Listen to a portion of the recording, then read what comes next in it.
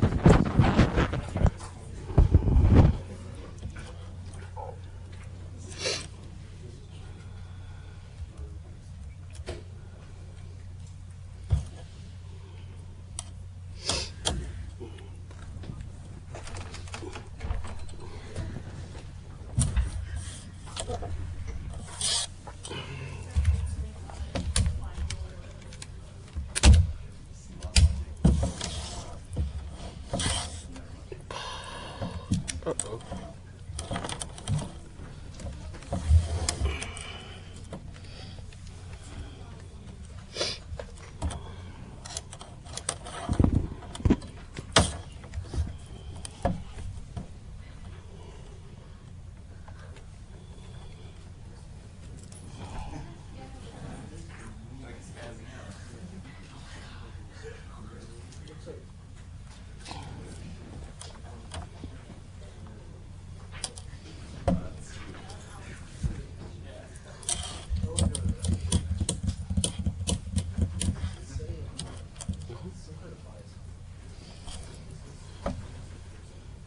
All right, good afternoon. Let's see, the notes were not printed out for this lecture yet. That's when I went there 10 minutes or 15 minutes ago. I think Rosemary was not in the office today, but it should be there tomorrow, or for sure. Let's see, for the rest, I think I have very little announcements beyond what's on the website, what I talked about yesterday. I have office hours today as normal, so. And remember also that we have a review session tomorrow at 5 p.m. right here, 5 till 6:30. Any questions on midterm? Any things that are unclear? That's a good question. I'm still trying to resolve that. Turns out that the person who's in charge of scheduling, who I've been sending email, turned out to be, she's been out of the office for a month. So that's why I didn't get any response. So they're working feverishly at getting a room. I think we should probably know it later today. I've been checked again about 2 hours ago what the word was, but I haven't heard anything yet. So, but don't worry about it. There will be a room. We'll be on the website from the time I have the information available. Well, it's a little bit too small, I think, in terms of the size of the classroom. I need some space that kind of spreads out. So, thanks. Okay, any other issues regarding, remember, open book? Don't forget about it. Bring a calculator. It's always a good idea. So there's always people, gee, I forgot my calculator. Even though I try to minimize the amount of mathematical work. As I said, the exam is mostly towards understanding of the material, so I'm trying to keep the amount of stuff you have to write small as possible, that So spend some time on thinking about it. I think the questions are actually, they're nice questions. They will be good. They will be good. Anyhow, okay? Any other questions, issues? So what I did last lecture then is I kind of wrapped up chapter 5. So we talked about technology scaling. We wrapped up the sizing of buffers, and if you hadn't had a chance to see the makeup lecture, I definitely recommend that you look at it, because it's an important it's an important topic. The whole buffer sizing concept and the whole framework around it is absolutely essential. So I really hope that you have a chance to look at that. So as I mentioned also, what I'm going to do is kind of shuffle the set of lectures around a little bit compared to the schedule that was announced. So rather than talking about wires now, I'm going to spend some time on logic, CMOS logic. First, traditional CMOS complementary logic, and then we're going to talk a little bit about arithmetic, because I would like to start launching the project in about a week and a half time from now. We should start the first phase of the project. It's going to be 2 to 3 phases to it. The first one is kind of learning to know how to basically just do the design, and then we're going to go more and more into optimization, layout, analysis, the exciting stuff. Okay? Good. So CMOS logic, that's really what we're going to talk about today. All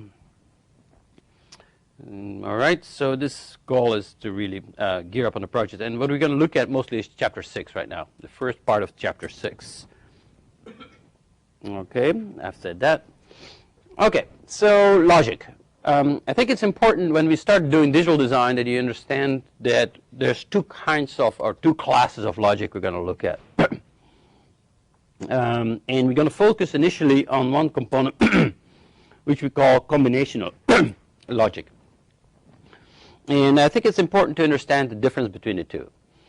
Combinational logic is, in some things, it's a block of digital circuitry where the following property holds. The property is that the output at any time during the computation, the output is a direct input of the inputs that are applied at that point in time to the block.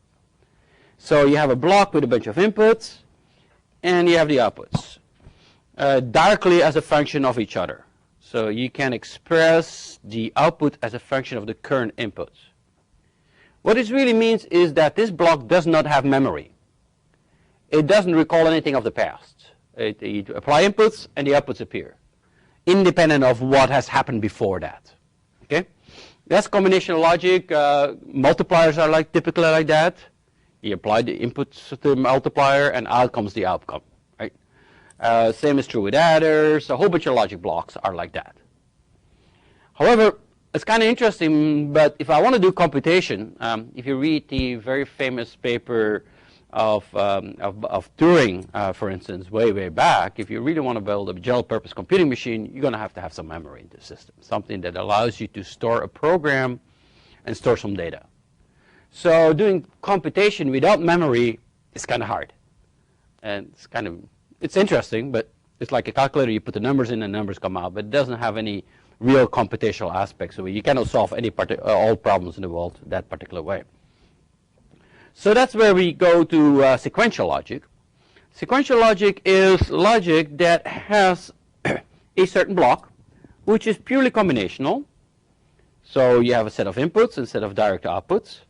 But then on top of that, we add feedback into the system, where we take some of the outputs of the computation and temporarily store them into registers, into memory blocks, basically we add state to the system. So it's a feedback loop. So you take the outputs at a given point in time, and then you feed them back into the input of the block. So you can see this thing now has memory. It remembers the past, and the output at any point in time is not only a function of the current inputs, but also of the inputs in the past, right? Okay, so that's sequential logic, and most of the computational engines we're going to talk about are obviously going to be sequential.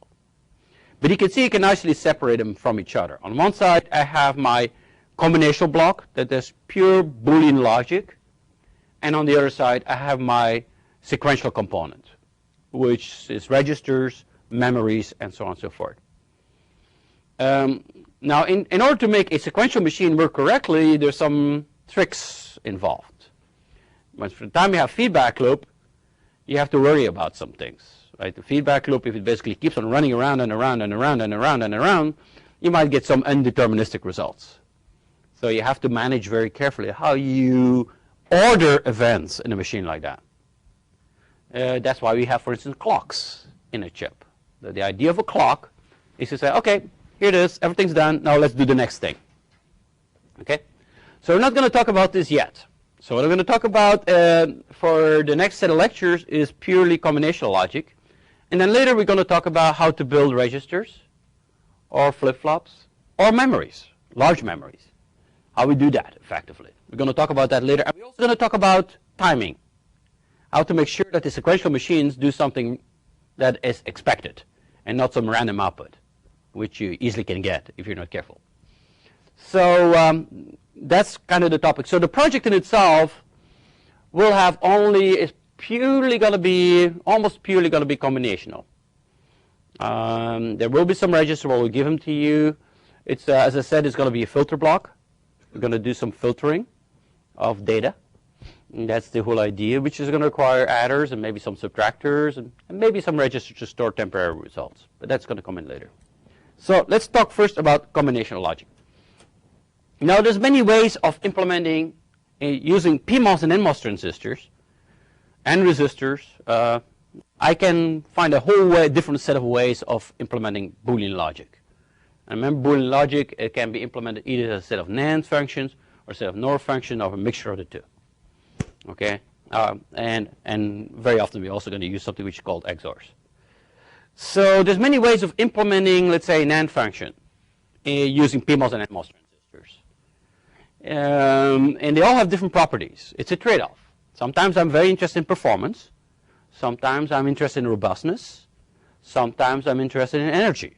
So you're going to choose different, what we call logic families to implement a particular block or function. Now, one particular logic family called Complementary CMOS. Basically, it's already complementary, so it's already CMOS. But it's complementary, and I'll show you in a second what it really means by that. That particular logic is by far the most popular one. If I look at all the chips that people build, all these ASIC chips that go into a variety of components, game machines, all this kind of stuff, most of them are going to basically use purely combinational CMOS because it's a logic style that is robust, it's easy to automate, it has fairly decent robustness characteristics. It's actually fairly robust. And it basically also has decent energy scaling numbers. So that's why I like the don't bother and say, okay, you do logic, you're going to use combinational CMOS. So combinational CMOS, by the way, is part of one logic. If I actually look at all the logic families, and we're going to talk about pass transistor logic, and we're going to talk about dynamic logic, and we're going to talk about dominant logic, and we're going to talk about neural logic, and all this kind of other ways of implementing them. But bottom line is you can separate your overall design strategies into two big classes. So you have all the logic families, and we're going to divide them into two classes. The first one is static. The other one we call dynamic. And they are actually fundamentally different in the way they operate. Okay?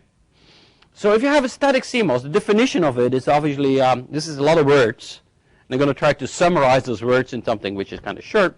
But if you have a static CMOS gate, combinational CMOS gate, no sequential, the property gate is going to be static if at any point in time the output of the gate is connected either to VDD or ground using a resistive path, right? So you're going to have your output, and you see that there's going to be a low resistive path either to VDD, that's going to be a 1, or low resistive path to ground, which is going to be a 0.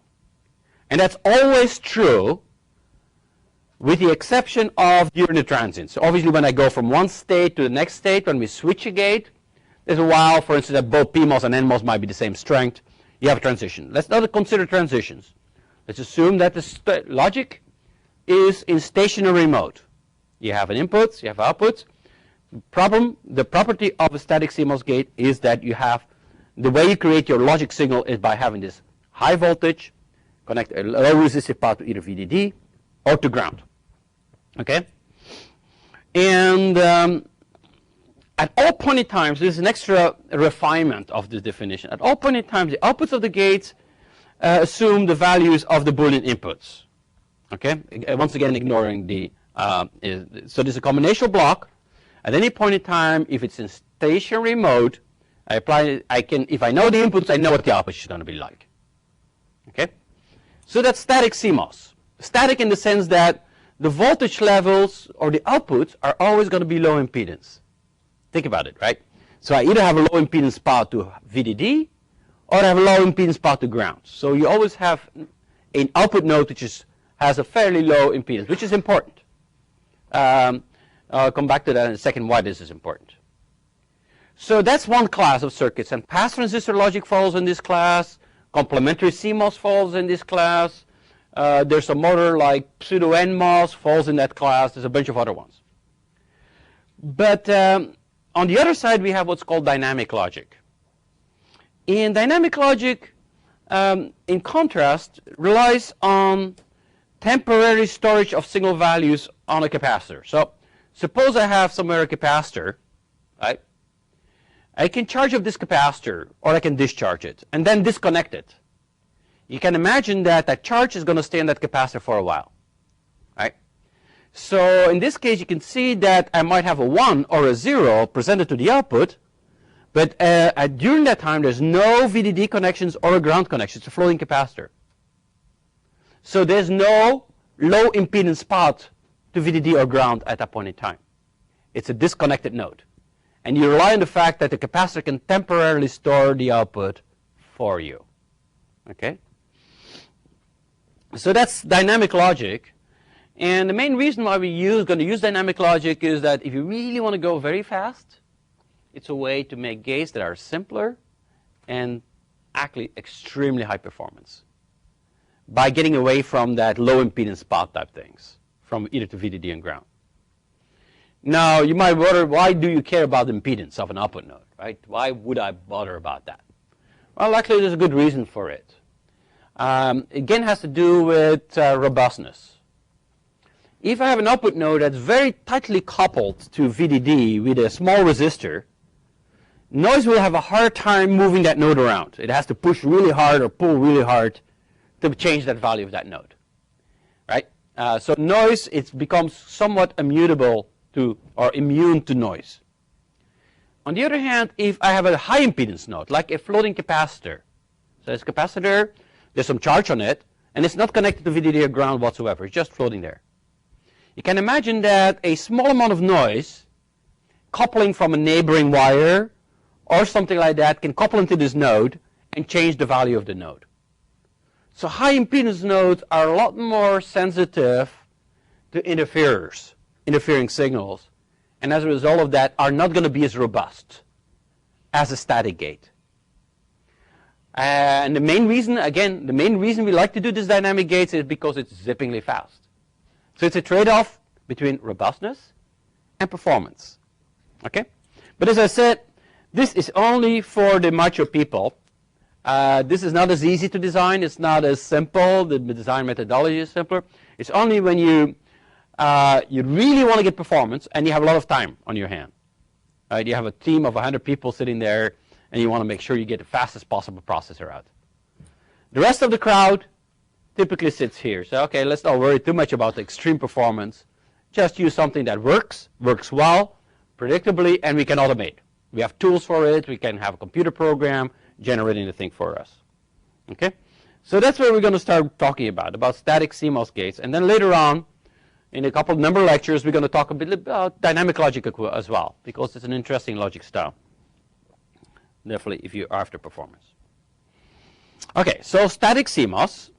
Now let's go and look at static complementary CMOS. So there's a bunch of words here all together. So it's static, which means, as I explained it just before, it's CMOS, means we use PMOS and NMOS devices. And complementary comes from the nature of the gate. Okay? If you think about an inverter, CMOS inverter, the thing we have designed before, PMOS transistor, NMOS transistor output. Right? This structure is a complementary structure. We also call it a push-pull structure. Because as we discussed before, the way this thing operates is you either have the PMOS on, which means we have a low impedance path to VDD, or we have the NMOS on, which means we have a low impedance path to ground, which is a 0. It's only during transitions that both of them are going to be on at the same time. Okay? So that's the idea of an inverter. What we're now going to do is extend this to more complex logic. Actually, I can build NAND gates that way. I can build NOR gates that way, or any logic function you can imagine. Almost all of them, because there's some properties that are interesting. So static complementary CMOS.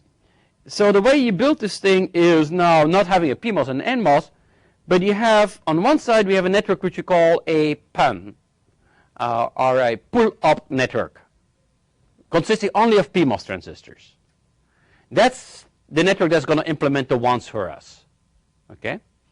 And then we have a second network called the PDN, which consists only of NMOS transistors, and which will implement the zeros for us. And since it's a static logic family, you have to make sure that either the PUN or the PDN has to be on at any point in time. There's never a situation that the PUN and the PDN can be off at the same time, because otherwise I would have a floating node here, and that's not allowed in static CMOS. Static CMOS means you either have a pull-up network that's on, or a pull-down network. Never both at the same time, and never none at the same time. Okay? So that's the idea. It's a simple extrapolation of the static CMOS inverter, which does the same thing, but only for inversion. Now we can do the same thing for more complex networks. So how would we do that? Well, so what we want to do now is, as I said, we want to do some logic. We want to go beyond your traditional inversions. Inversions are interesting, but you don't do very much with it. You want to do computation, I need NANDs, NORs, XORs, and so on and so forth. So before we go to the construction of complex logic gates, let's look at some properties of our transistors. Let's go back to what we did in lecture number 2. It says, well, a transistor is nothing else than a switch. Okay? So if I have switches, I can build logic. An NMOS transistor is a switch which is on when the input signal is high. It's off when the input signal is low, right? We know that. If I now put 2 of those switches in a row, right? I have a switch that's controlled by a value A and a switch that's controlled by B. What we know here is that this implements kind of an AND function. Y, the output Y, is going to be equal to X if and only if both A and B are high. Right? If I want to make sure that those two are connected to each other, I have to ensure that this switch is on and this switch is on. So it's an AND function. So series connection of NMOS transistors is always going to create some AND functionality. Now the other approach would be to say to put them in parallel. If I have now 2 transistors in parallel, NMOS devices. Okay? So what this implement is, as you can easily analyze, it's really an OR function. Right? So it can actually implement logic function by just putting some switches together. We see that Y is going to be equal to X if either A or B or both are going to be 1. Right? That's an OR function. It's Y is equal to X if A or is equal to B. Okay? So you say, well, gee, that's kind of nice, but clearly this is not a purely static logic functionality. But for instance, if you look at your AND function here, if A or B is low, the output node is floating. That's not static. In a static gate, we want to make sure that the output is always either connected to VDD or to ground. Okay? I have another important statement to make here, and it sounds weak or weird right now, but it's going to become crisper in a minute. NMOS transistors are good switches. Right? They're nice devices. You know, they're basically switches that when the signal is input is high, the switch is closed. However, they have a property. turns out that NMOSs are really good in passing on zeros. But if I have to pass a 1, say I make this 1, and I want to make this 1 here, NMOSs are not very good for that. And they're actually kind of crap out early on. They give up as a device. So there's actually better ways of passing 1s. But NMOSs are really good in terms of turning on a 0, as I'll show you in a minute. Okay, so that's the NMOS approach. I could do the same thing with PMOS transistors. I could use PMOS transistors to implement logic just as well. But remember, a PMOS gate is a switch which works in a reverse fashion. It means the switch is closed when the input is low, and the switch is open when the input is high.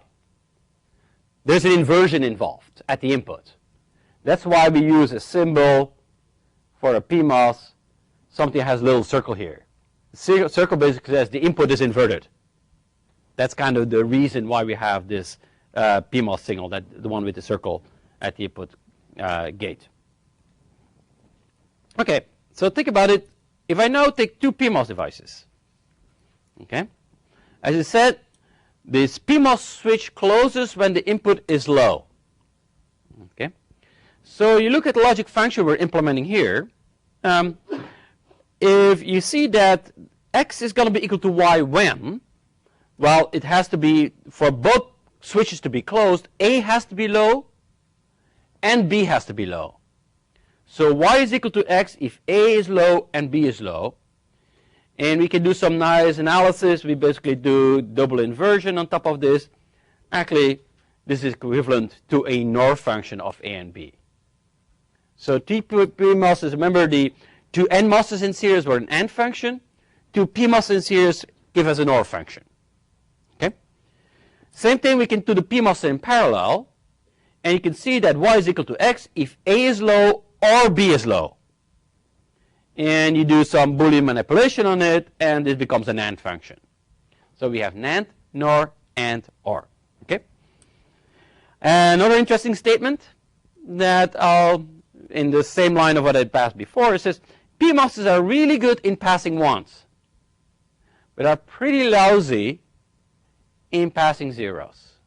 So that's kind of interesting. They have this very complementary nature. The PMOS and the NMOS device. PMOSs are good at ones, NMOSs are good at zeros. Okay, I'll explain that in more detail in a minute.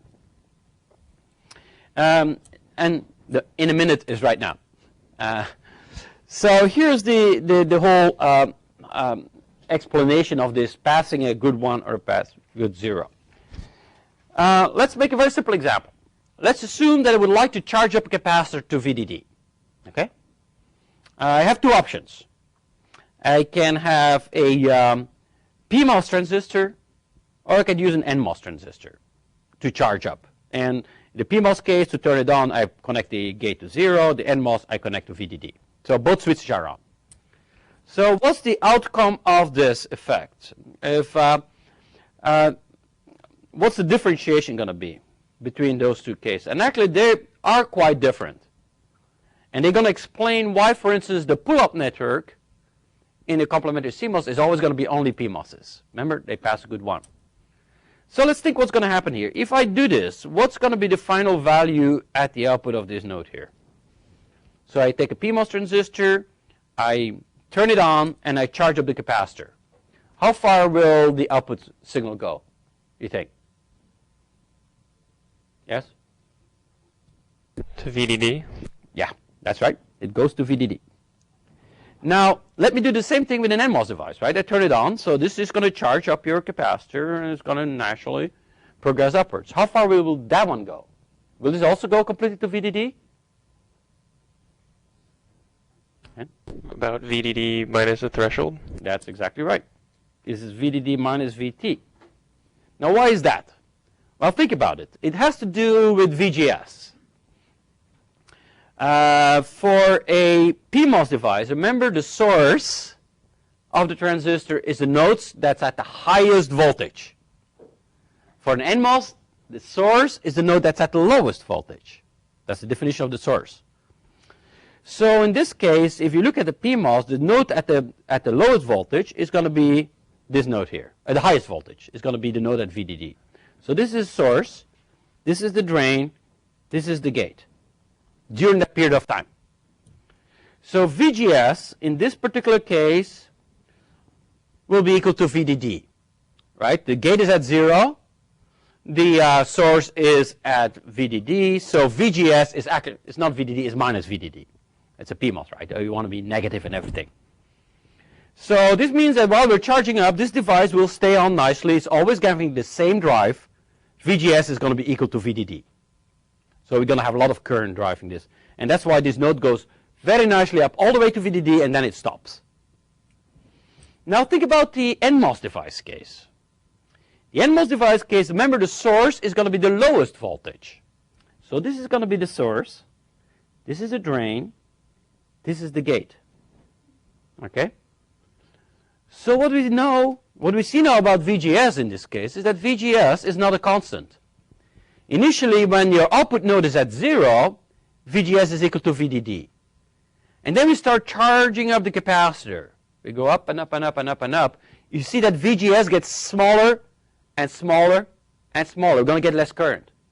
So the device is going to start to kind of die out, slowly but surely kind of turn itself off.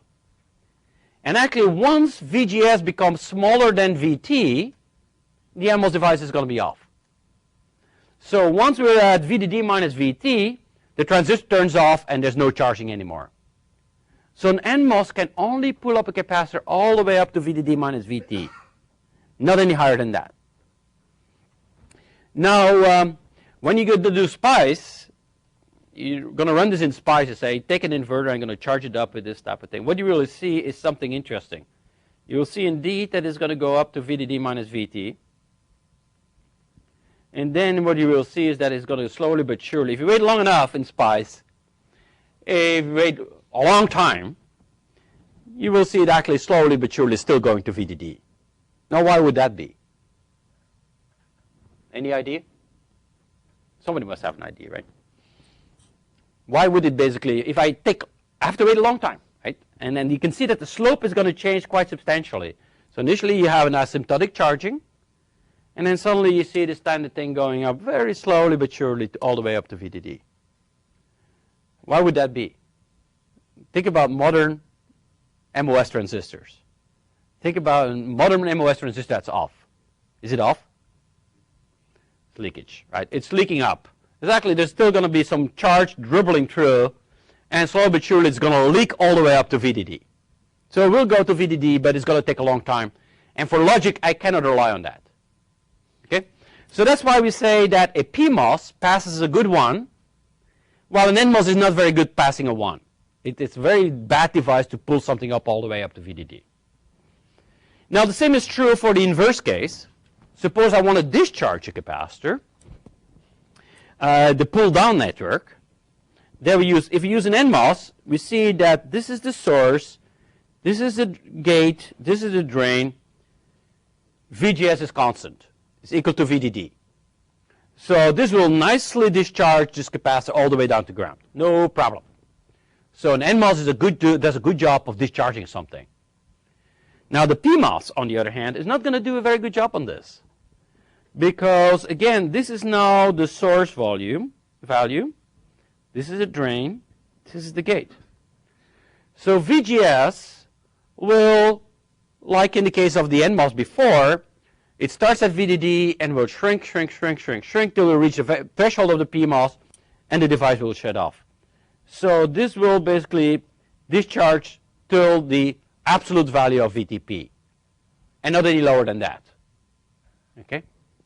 So that helps you to explain why we build logic the way we do it.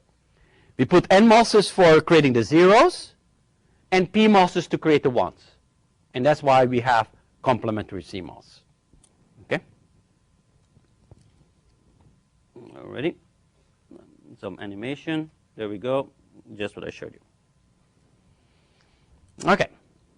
Now, so we know, though, that we have a structure. We basically create complementary networks that are never on at the same time, never both off at the same time, but it's either one or the other one. Now the question is, how do you construct those logic networks? I want to do a very complex logic function. How do I construct a pull-up network and how do I construct the pull-down network. It turns out that there's an interesting property is that the PUN, no pun intended here, PUN pull-up network, is the dual of the PDN. And by dual, I will show you in a minute basically what we boil down to. But the dual factor is kind of shown right here. It's De Morgan's theorem. Say if you have a NOR function, A plus B invert is basically equal to an AND function of the inverted functionalities. Now our functionality, as we showed before in an NMOS network, is parallel connection. AND function is serial connection. So the basic rule of duality is the following. If I have an NMOS network, pull-down network, if I have two NMOS transistors in series in the NMOS network, they will appear in parallel in the PMOS network. If you have two devices that are in series in the PMOS network, they will be in parallel in the NMOS network. So that's the duality. Parallelism versus serial is basically reverted between the two networks. And that's purely a result of this De Morgan's theorem. Okay?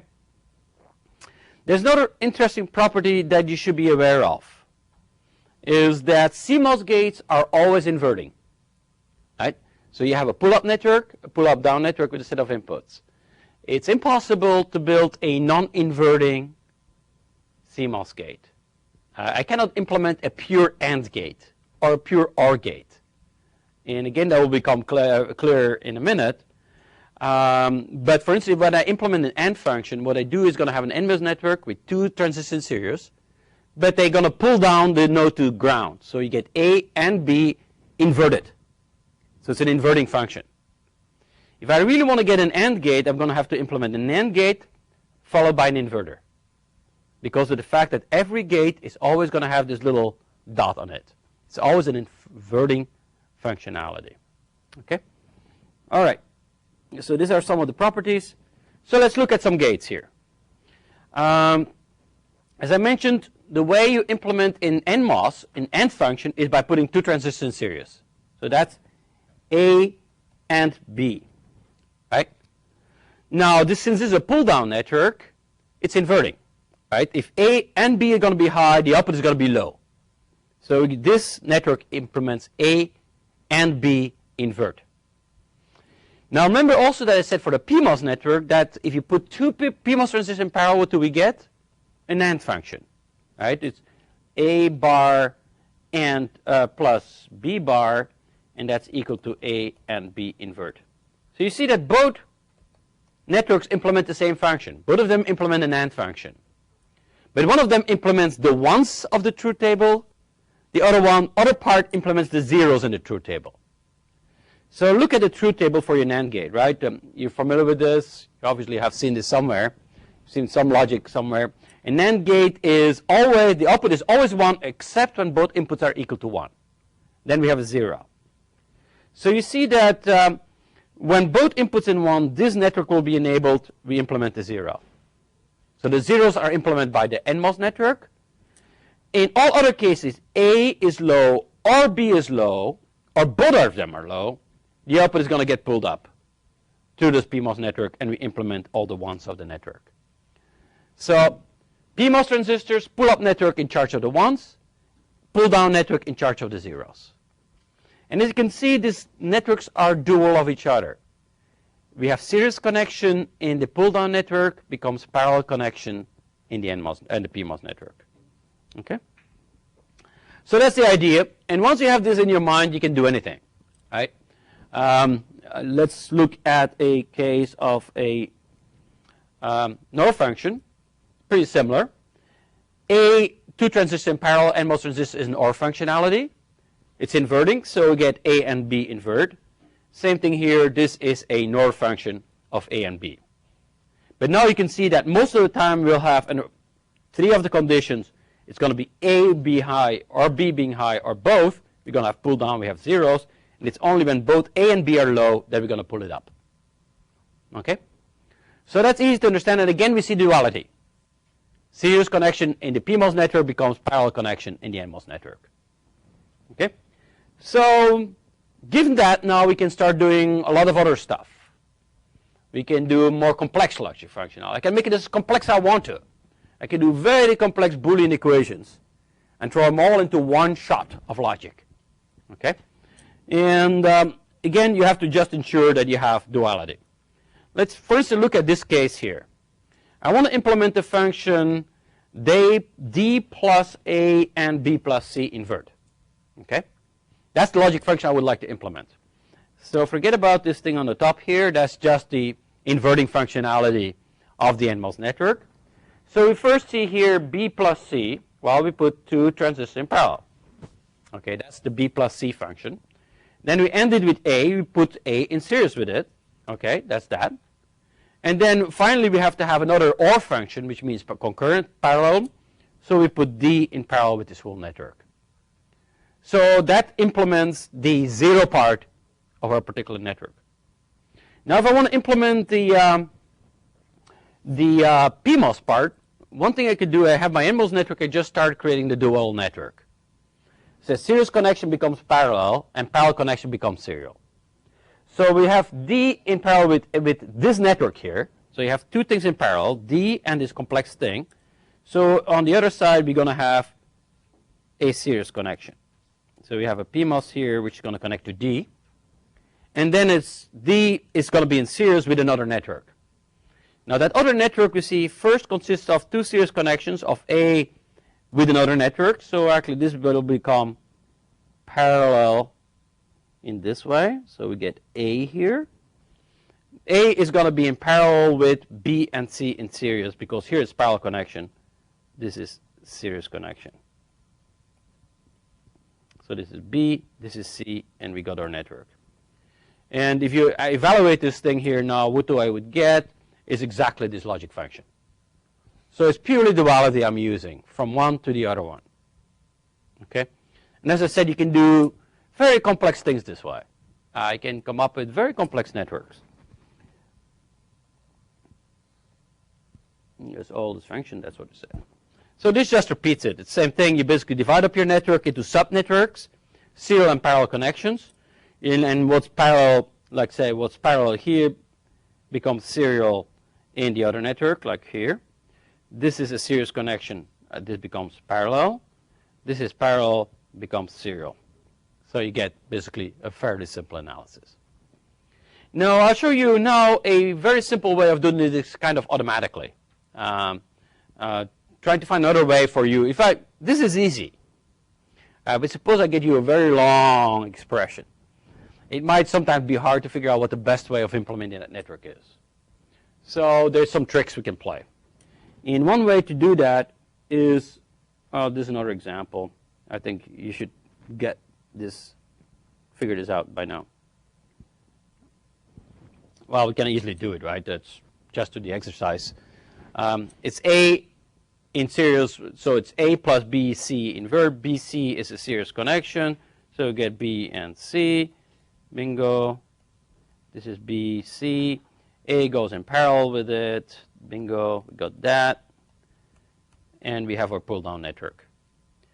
Serial connection, parallel connection becomes series connection in the PMOS network. And you can choose, right? How you order them doesn't matter. I can put A on top or I can put them on the bottom, doesn't really matter. So I put A here and B and C are in series here, so they become parallel right here. And we're done. This is B, this is C. Okay? So fairly straightforward. But as you will see, once you do this duality, you're always going to ensure that we meet that property of static CMOS. There's always going to be a connection to either VDD or ground, never to both at the same time, and the node output is never going to be floating, because we don't want to have that. Okay. Actually, before I go to some of the more automatic things, let me kind of help you to show you a technique that would make the construction of these networks a little bit easier. I'm going to give you another technique to do exactly that. It's based on graph structures. Now, graphs, is that ring a bell somewhere? A graph, ever heard about a graph? Any one of you has taken, what is it, CS 172? It's 172, right? 170, CS 170. That's where you see this stuff. where I explain graphs. And a graph is a kind of an interesting graphical construct. A graph is a representation of a network. And it consists of two elements, nodes and edges. So every graph basically will always look the same. You have nodes, which are dots, and you have edges connecting those things. Right? You can have very different graphs, like this is an example of a graph. A bunch of nodes with edges connecting to it. It's a representation of something. I can use it to represent logic. I can use it to represent routing networks. I can use it to represent basically a communication network, a whole bunch of things. Or a mathematical problem. A lot of mathematical problems can be represented as graphs. Okay? So we can, as I mentioned, we can represent logic as a graph. So you look at this pull-down network here, A plus B plus BC invert. What I'm going to do now is implement every node in the circuit as a node in a graph. So I'm going to call this node X, my output. You can see there's an intermediate node here between those two transistors. It's called that Z. And we'll see in the top here we also have another node, intermediate node, which is called U. So we have three input nodes, A, B, and C. And we have an output node X. And we have some intermediate nodes in the logic structure Z and U. So what we're going to do is replace this pull-down network as a graph. I'm going to just draw it as a graph. And the way I do it is every node is a node, and I replace every transistor with an edge in my graph between those nodes that is named after the input signal that controls it. So let's look at this here. We have node X. We have the ground node, obviously. And we have an intermediate node Z. And Z connects to X to transistor B. So this is B. This is A. And this is Z. No. This must be X. This is Z. Sorry, this is C. Okay? So you have three nodes. You have node X, you have node ground, and you have node Z. And we have three edges in this graph, which are three transistors. Now, it turns out that once I have this graph, creating the dual graph is straightforward. I can always go from one graph to the next one without any hassle. So it means if I have this graph constructed, for me to create the PMOS network is trivial. What I'm going to do is, I says dual. Dual very often is similar kind of, you can almost see like orthogonal. Right? So what we're going to do here is create a second graph. I'm going to put an intermediate node in every, if you look at this graph, you have certain areas which are contiguous, which are not separated by edges. Like for instance, I have a network here. So I'm going to put an intermediate node here. I'm going to put one to the left, and I'm going to put one to the right. This one of those two I can call VDD. The other one I'm going to call Z again. So it's your pull-up network. So I put a node here called VDD, one Z, which is the output. And now I'm going to try to figure out how to build my PMOS network. Well, as I said, in every contiguous region that's not VDD or the output, I'm going to put intermediate node. Like in this case, this is going to be node U. That's my intermediate node that I'm creating. And then I'm going to put edges in there. I'm going to connect my intermediate nodes together. And I have to make sure that every edge gets crossed. So every edge of my original graph, I'm going to create an edge that crosses it, connecting my nodes. One, but not more than one. So in this case, you have node U. I can connect U to Z through this edge and through this edge. And now you see I've crossed basically every edge in the graph. I have one intermediate node, two output nodes. Again, it's a graph with three nodes and three edges, which are now again labeled by the same input value. So we see that if I would look at this from an overall design perspective, we see that we have node VDD. We have, first of all, a transistor that connects VDD to node U.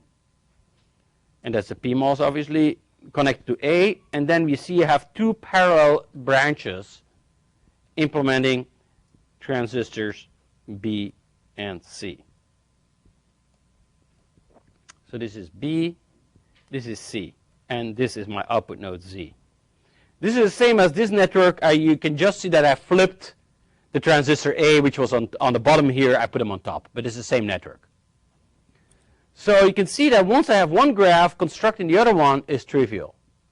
It can be done automatically, or I can just draw it out. You might wonder why I go to all these exercises. You can do the same thing with transistors. Turns out this will become handy later on when I want to do some layout. This is a trick that will help me when I want to do efficient layout of a complex logic gate. And that's why this graph representation is something worth to know. Okay? You might say, well, it's a lot of work for very little, but you will see in a second actually it's actually worth a lot more than you think. Okay. Now, good. So you can imagine now I can implement any logic function using this thing. Now, there's a couple of options that I can have. Let's say, suppose I want to do a very complex logic block. Let's call it a multiplier. Something that takes 16-bit A and B and takes one output C, which is 16 bits. Good multiplier, I can do that. Now, one option would be to implement this whole thing as one single logic gate. You write down the Boolean equation for every output bit as a function of the input bits, and you could do that. You get this very long expression, and it throws all into one NMOS and one PMOS network. Fair game, right? I could do that. In general, I wouldn't recommend it. You could, but you end up with an elephant. Really what it is. It's a huge, big animal that kind of lumbers. It's kind of not very fast. Not stating anything against elephants, but it's a slow structure.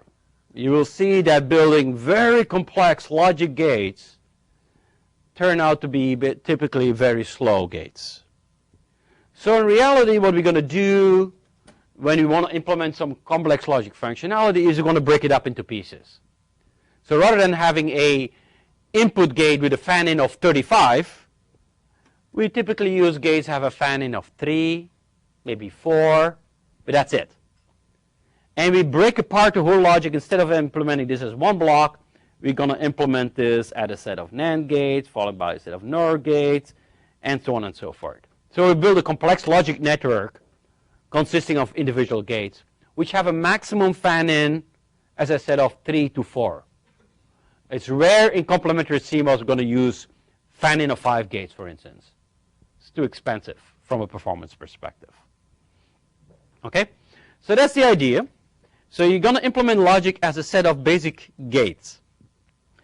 And now what I could do every time I have to do a new design, I can redesign all those things from scratch. So I say, oh, I need a NAND gate. Bingo, you design a new NAND gate. I need a NOR gate. I design a new NOR gate.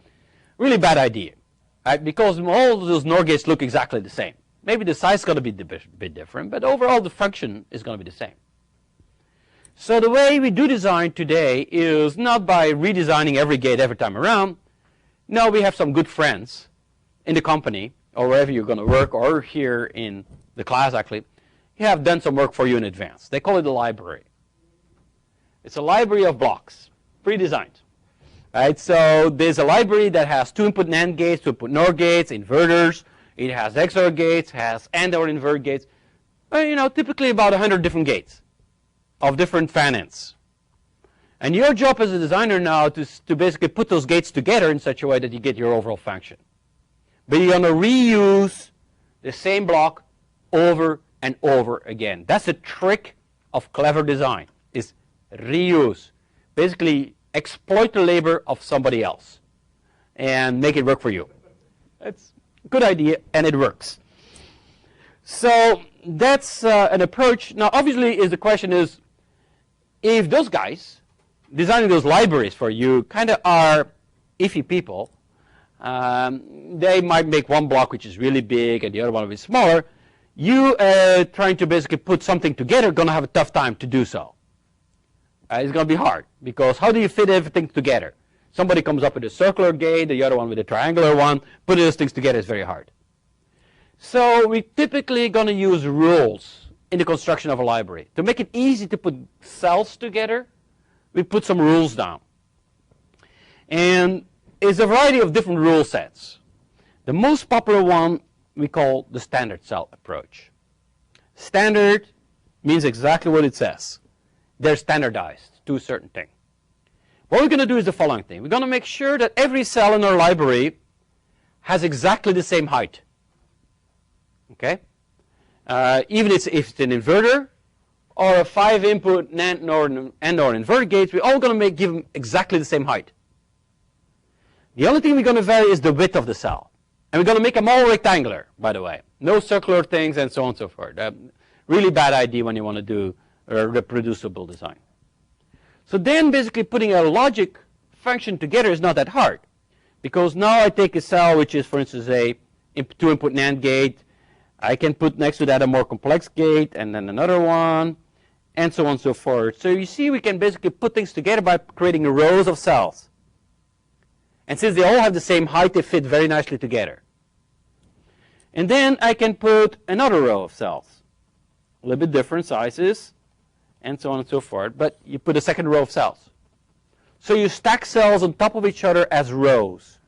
And we can do that exactly because we have the same height in varying width. Okay?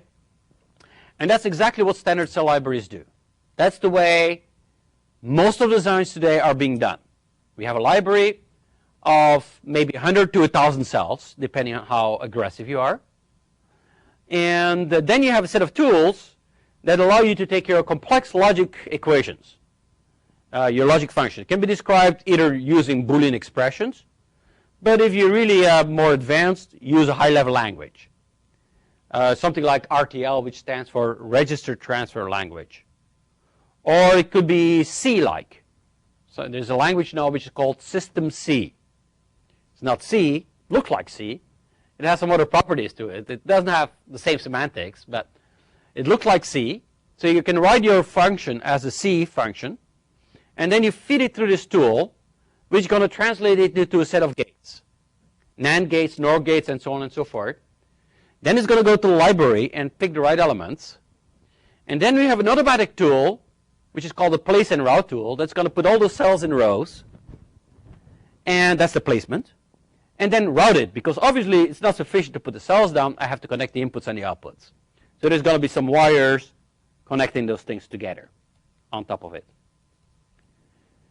And the nice thing about this thing is that today, good technologies have what? 8 metal layers, approximately. 7, 8. A lot of metal layers. So it's easy to put the cells at the bottom. And the cells use only, let's say, metal level 1 and 2 in the cell. And then the connections between the cell, we can do at the higher metal levels. Level 3, level 4.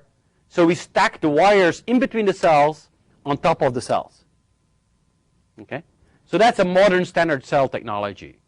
Is rows of cells using maybe 1 or 2 metal layers, and then all the interconnection between them is done at the higher levels. Okay? So as I said, this is a very popular strategy. It's only when you really are macho and you really are pushing very hard for performance that you're going to deviate from this approach. But the majority of designs are done using standard cells approach. And there's some very good tools from companies like Mentor Graphics, Synopsys, Cadence, all of those companies, Magma, all of them have a set of logic synthesis tools first, and then standard cell place and route tools that do the automatic standing place and routing. Now, in the project, we're not going to give you the automatic placement and routing, but we're going to give you some cells to start with. So you're going to have to kind of divvy it out a little bit how to place them and so on and so forth in such a way that your wires get kind of shortish, because long wires are a bad idea. We'll come back to that later. So that's what you're going to play. But so you're going to kind of get a fairly good idea of how this layout style looks like. Now, as I said, this is for the majority of designs. There are some designs where standard cell strategies might not be effective. It's in something which is called a data path. Now, data paths, let me explain that what it is. Well, if you look at a microprocessor, right? Microprocessor has something which is typically there's a bunch of memory. There's some spurious logic, the controller, the sequencer, something that does the instruction decoding. All this kind of thing is kind of messy logic. And then you have at the core of your processor, we have what's called the ALU, the arithmetic logic unit. Something that is the kind of the heart, is the heart of the machine, not the brain, but the heart of the machine. Does all the computation. That's the ALU, which is where you do your ANDing, your additions, your whatever, multiplications. Now, typical things for an ALU is that you don't run on single bits. An ALU typically works on, what is it today? Most of the things here have a 32-bit processor in there. Some of the more advanced ones, if you really want to go for the more scientific computers, we have 64 bits data representation. And there's some high-performance computing things use 128 bits. So you can see that an ALU really consists of a number of data slices. Every bit does exactly the same thing, right? You have 64 bits, and you repeat the same thing 64 times. You can imagine that if you have that same repetition, you're not going to use a standard cell approach. It makes a lot more sense to implement it like a set of slices, like this, where this is bit 0, bit 1, bit 2, bit 3, bit 4, and this could be an addition, this could be an AND function, or could be something like, well, obviously this is add, this is dot is AND, you could be an OR function or something like that. And you stack them on top of each other. But you can see that you can repeat the same structure n times. And that's the way we design very often the high-performance cores of processors, using data pod structures.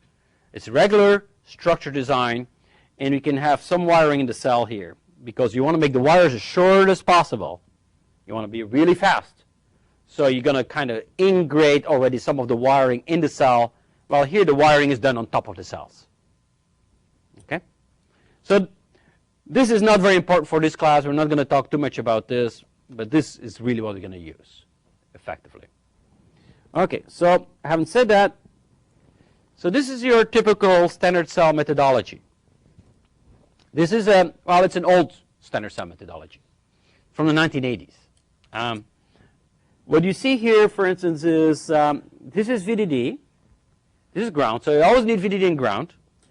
We put the PMOSs on top, the NMOS on the bottom, and we try to keep them together. Because remember one thing that I mentioned maybe 7 lectures ago, that every time I put something in a well, a separate well, there's some design rules that require well separation. So your PMOS and NMOS have to be separated by a certain distance. One of them might be in a P well, the other one's in an N well. The same thing with my NMOS devices, or my PMOS transistors. If I put them in separate wells, you have to have some necessary separation between the wells, because you have that trench, remember that trench isolation? You have to create trench isolation, pushes the whole thing apart. So what I would like to do is share the same well as much as possible over all my PMOS transistors. And the same well over all my NMOS transistors. And this way I can put the things very nice and close together. Okay? So we have 2 gates here. You see they have the same height. They have exactly the same height overall, but the width is different. This thing you should recognize as an inverter. PMOS transistor on the top, NMOS on the bottom, input signal in polysilicon, bingo, simple inverter. This thing is what? Quick guess? What gate is this? You should be able to recognize it from a distance. You will recognize it pretty soon. What is this? What's the logic function of this thing? NAND, right? It's a NAND function. Because what I have is here 2 NMOS transistors in series, 2 PMOS transistors in parallel, output node. So that's a NAND function. So you see what we do, a couple of things here. When we design the cells, in order to make them compact, right, we learned that when you do layout, you always want to make sure it's small. Anything that's big is going to be slow by nature. Right? If you get something bigger, you're going to have more capacitance. So you want to make it as dense as you can and put things together. So what we would like to do is use the same polysilicon strip for both PMOS and NMOS networks. And we'd like to basically make it straight. Anytime I have to make a jag in a wire, it's going to take space, because I have to find a place to go from like this. So this is always going to This jack always takes space. So what I like to do in my standard cell designs is that the inputs come in as vertical polysilicon wires that are basically straight. Okay? And that's going to be tricky. Sometimes you're going to have to do some special analysis to figure out how to do that. What else do we see? Well, we see that with VDD on top, so you can see that this could be now all in the same N well. These are all PMOS devices. So I could have one single well that extends all the way through. And that's where I put all my PMOS transistors. And then if I would have a different color, which I can do, well, let me take green. I can put a second well here, which would be my P well, where I put basically the NMOS transistors in. So the only thing I have to worry about is the separation between those two. But all the NMOS transistors can be packed as close as possible together because they are in the same well. Okay, now why do I call this 1980s? Why is this not current, up to date? Well, very clear. You see what I do here is I bring my inputs from the bottom or the top of the cell. And you can see if I want to connect two cells, what I do is I have the output coming here, I have a metal wire, I go out, and I can bring back in. Problem was in the 1980s, we didn't have the luxury of today. We had maybe 2 metal layers. I remember vividly the day that we had 1 metal layer and polysilicon. We had to do routing and diffusion. Just like active area, that's also like a wire, but it's slow. So we had only 1 or 2 metal layers. To make your routing effectively was very hard. So that's why we implemented standard cells as follows. So you implement a row of cells, and you put another row of cells. And in between that, you create an area which is called a routing channel. Routing channel. And the only reason for this routing channel was to say, well, gee, I want to connect this gate. Well, it's at the output of this gate. I want to connect it to the input of this gate. So I'm going to put a wire here. And I want to connect this gate also to one of the inputs, put a wire here. So in this routing channel, we put only wires. We couldn't do the wires on top because we didn't have extra metal layers. You would have short circuits coming in. The cells already were using your metal 1. So we had to separate wiring and logic from each other. Okay? And then as a result of that, obviously the thing gets bigger. Because now I have to push my rows aside and provide space putting all those wires down.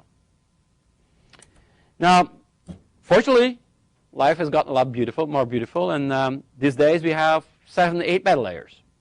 Not that you're going to be allowed to use all of them. Suppose you're basically working in a company, say you're going to design a multiplier. Don't think they will give you the 8 metal layers. No, they give you probably 4 or 5 or something like that. That's what you can use.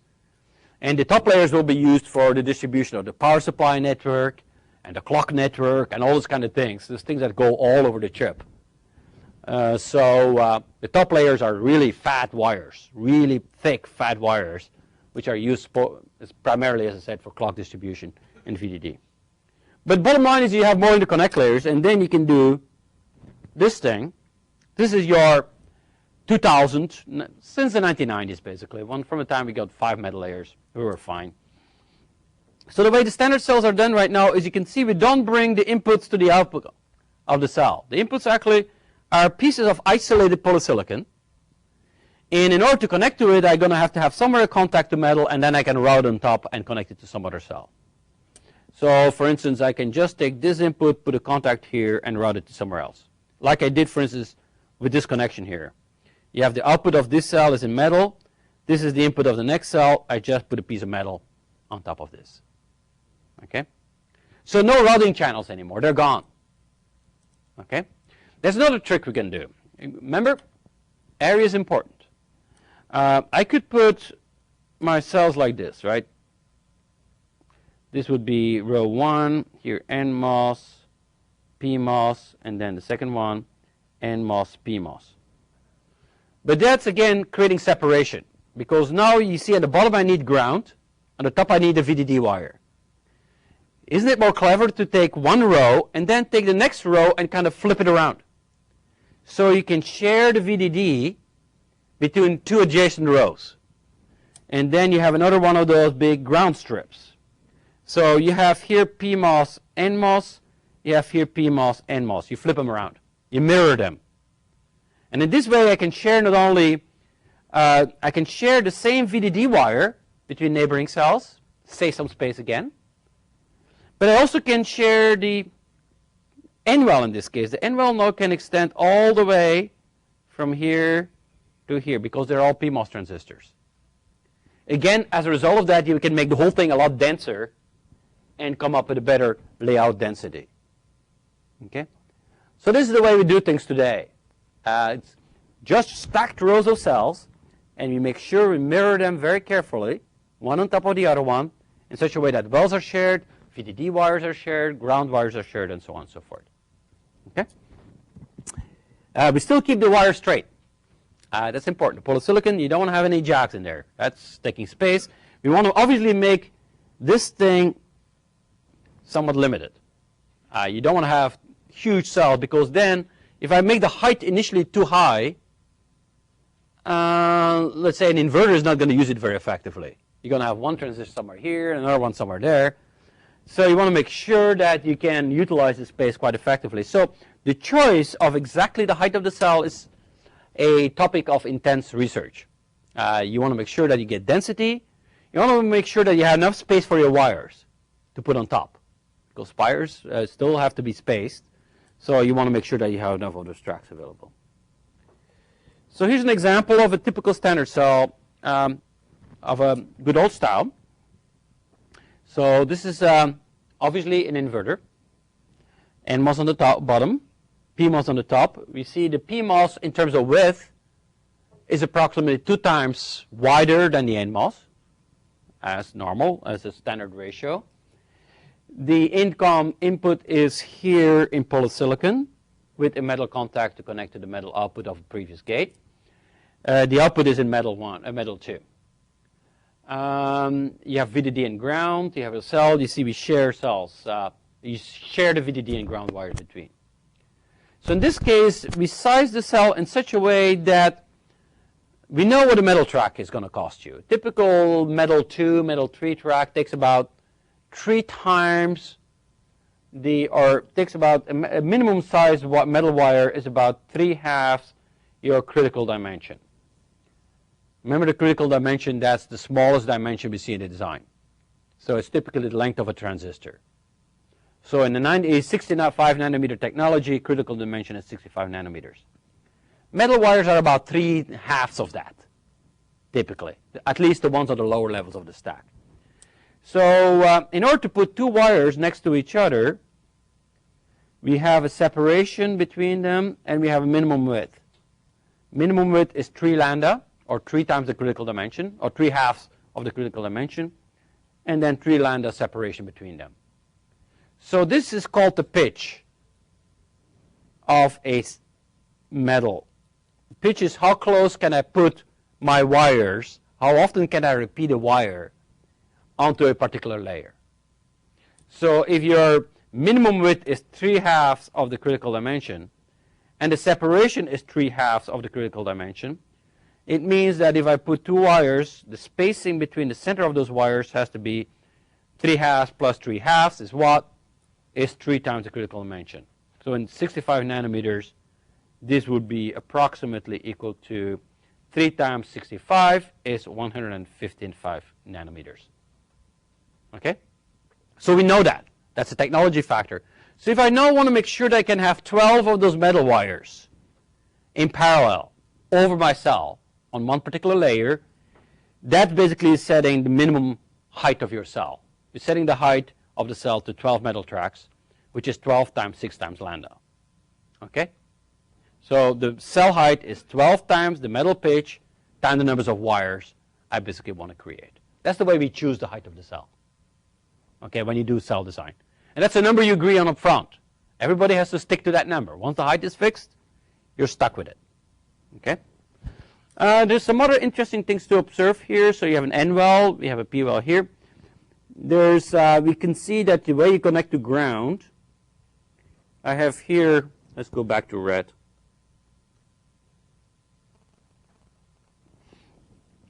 So here we have your source region of your NMOS transistor. This is the drain region of your NMOS device. Observe a couple of things. First of all, you can see that within the source region, I have not one single contact, but I actually have two contacts. To make a connection between the VDD, between ground, which is metal, and the diffusion. Why two contacts? Any idea? Why not just use one? Same here. I have 4 of them. I fill up the whole area. My whole source is filled up with contact holes. Why do that? Well, it's quite simple, right? If I have a huge area and I want to connect 2 huge things together, I can put a little contact in the middle. Let's say I have here metal 1 and polysilicon on top of each other, right? And I want to connect the 2 layers to each other. I can put a little hole in the middle and fill it up with some metal. Now you can imagine from a resistivity perspective, I have a big area with a lot of low resistance, another big area with low resistance, and then I make a tiny little connection between them. From a resistivity perspective, this means that all the current has to flow like this, go to this tiny little hole, and then make it to the top and then spread back out. And you can imagine that this is going to cause you some high resistivity value. So it's much better to fill up the whole place with holes. And this way my resistivity is going to be a lot lower. So it's always a good idea, if you have enough space, throw extra contacts in there. Okay? It's a good thing to do.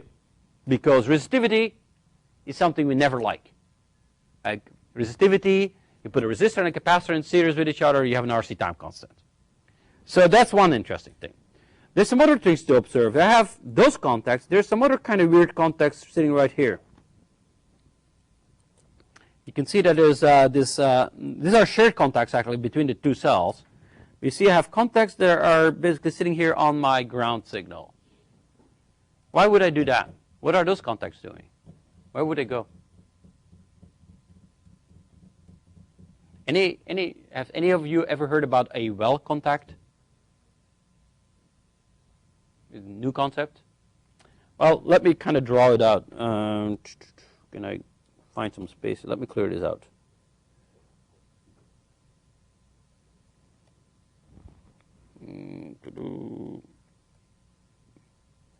Okay. So suppose I have a well. Remember, you have a source region. If you look at it from the other perspective, you have here N+. Right, and you have this is your source. So this is your N+ region. Okay. Now, and then you have here the source N+, and then you have around it, you have this. This is my P layer material. Now this P here, this well, has to be connected to ground. Right. This is the substrate contact in this particular case. You have to connect the well or the substrate to something. And typically, this is going to be connected to ground. Right? We have to ground it. Like if you have an N well for PMOS transistor, I have to connect it to VDD. Otherwise, you have a well that's kind of floating around and hopping up and down and doing all kind of fun stuff, but it's not going to be good for you. So we have to somewhere make that contact of my P well to ground, or my N well has to be connected to VDD. That's why we need well contacts. A well contact is something that allows us to connect the well itself to some either VDD or ground type of value. The way we do this is as follows. So you have your P material. To make a contact to P, what we're going to do is you just create a area where I put P+. And then I put a metal connection on it. So P+, you create a P+ diffusion, highly doped, and you connect to VDD. This is the way, these are actually all those little thingies here, are those kind of well contacts. This helps us to connect, you can see it's connecting ground to my well region. And the same thing here on top, it connects my well to VDD. Now it's absolutely essential to do so, because the risks and the potential harm that you can get by leaving a well kind of hopping around or make it very highly resistive, it can be very, very bad. Some things can happen to you that your chip latches up. It's called latch up. And you turn on your chip, you don't do anything, and suddenly there's latch up happening, and you will see your supply. You look at the supply current, suddenly a whole bunch of current is going to go and flow through the thing, and then smoke comes out and it's done. That's typically the result of a design where you don't have enough well contacts, and I probably might tell you later a little bit more about this, but be remember that when you do a design, make sure that you always have enough of those contacts, well contacts, available to you. And the more the better, because again, the more you have, the lower the resistivity. And this is this resistivity we're talking here, but the resistivity of the substrate. If I can avoid large resistances, I can avoid this thing which is called latch up. Okay? All right, so let's show you one more example. This is same cell, but we did some tricks here. This is different versions, depending upon the technology you have. For instance, in this case, you can see they're lazy. In this version, we see that we only use one contact per source and drain region, while in the other one, we had plenty. We had 2 here, 4 here. Why could we get away with this here? Well, this is more fancy technology. There's another nice feature to it. That's when you have diffusion and plus. In that particular technology, any diffusion region is going to be covered with a thin layer of something which is called a silicide. Silicide is basically a silicon compound. Could be silicon titanium. It's a metallic mixture of silicon with some metallic material. The nice thing about these layers here is that they're very low in conductivity, very high in conductivity. The resistivity of that layer is low. So you can see that instead of having only one small resistance to my, remember the resistance problem, you have a big area, small hole, you have to kind of spread out. If the resistivity of that spreading out is very low, I have a metallic material like the silicide, it doesn't matter that much. It's going to work quite well. So that's why with silicided materials, we don't have to provide that many contacts as you would do, let's say, in a more traditional technology. So it depends. You have to know. If you're designing cells, you better know what the resistivity is of your diffusion material, if it's silicided or not, and so on and so forth. Okay? But bottom line is, it's always the same idea, right? PMOSes, NMOSes, transistors are placed in horizontal directions, polysilicon goes vertical. Yes? One question about the number of the contacts. Mm-hmm. So on the right, could you go a previous slide? Okay. This one. This one. This one. Okay. Yes. So on the right hand side of both PMOS and NMOS, why don't we use as many contacts as left side? What's the problem if you use more? That's a good question.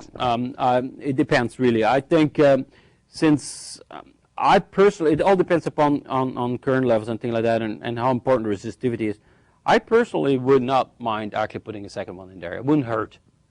Sometimes people are a little bit crimpy with it, but it wouldn't hurt at all to put a negative contact in there. Yeah, exactly. So you don't have any space here. That's true too.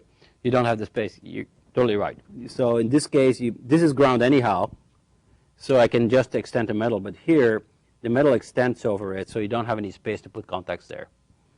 But typically, I still would, if any space, fill up all the space you have, and basically make it, fill it up in contacts. It's not a bad idea.